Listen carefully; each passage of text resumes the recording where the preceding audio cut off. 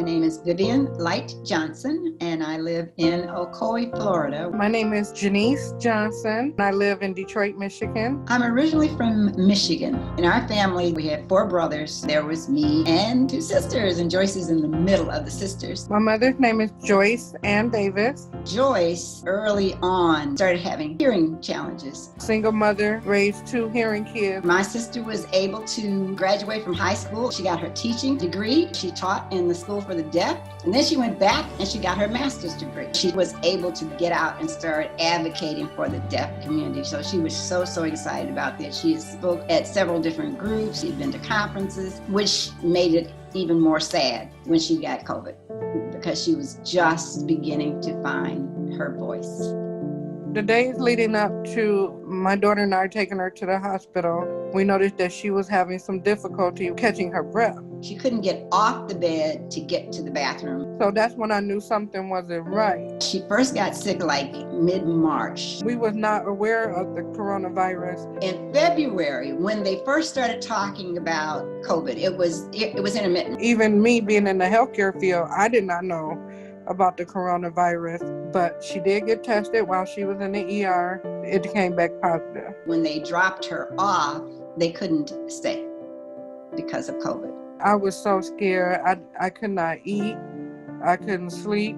I barely functioning at work. During her hospital stay, she was very upset because, like I said, she is deaf. Other deaf people had to share an interpreter. They would send an interpreter probably once a day. They were not always there when the doctors came in. That was the most traumatic part, knowing that my sister couldn't communicate and that she had no understanding of really what was going on. She was scared. She felt like, in her exact words, they're gonna kill me.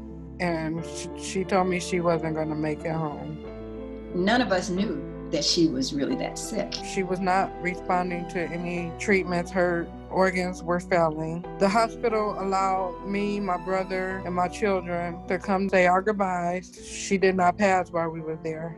She waited till we got home, and that's when I got the call. And she passed away the 22nd. My mother was my best friend. She was all I had. It was so hard for me that I wanted to go to sleep and not wake up. There's a lot of unnecessary grief and tragedy that we're going through. It hurts because she was not ready. Well, the sad thing is that our government wasn't dealing with it. I think it's under control. It is what it is. And I live in a state that follows that leadership.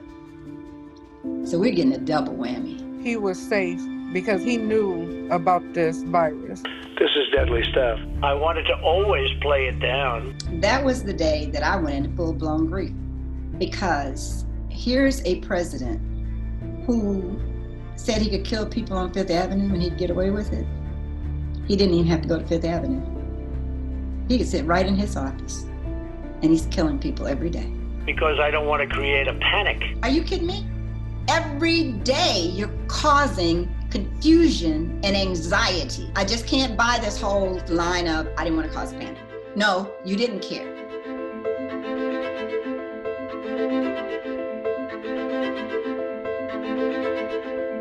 As a society, we believe they're throwaway people.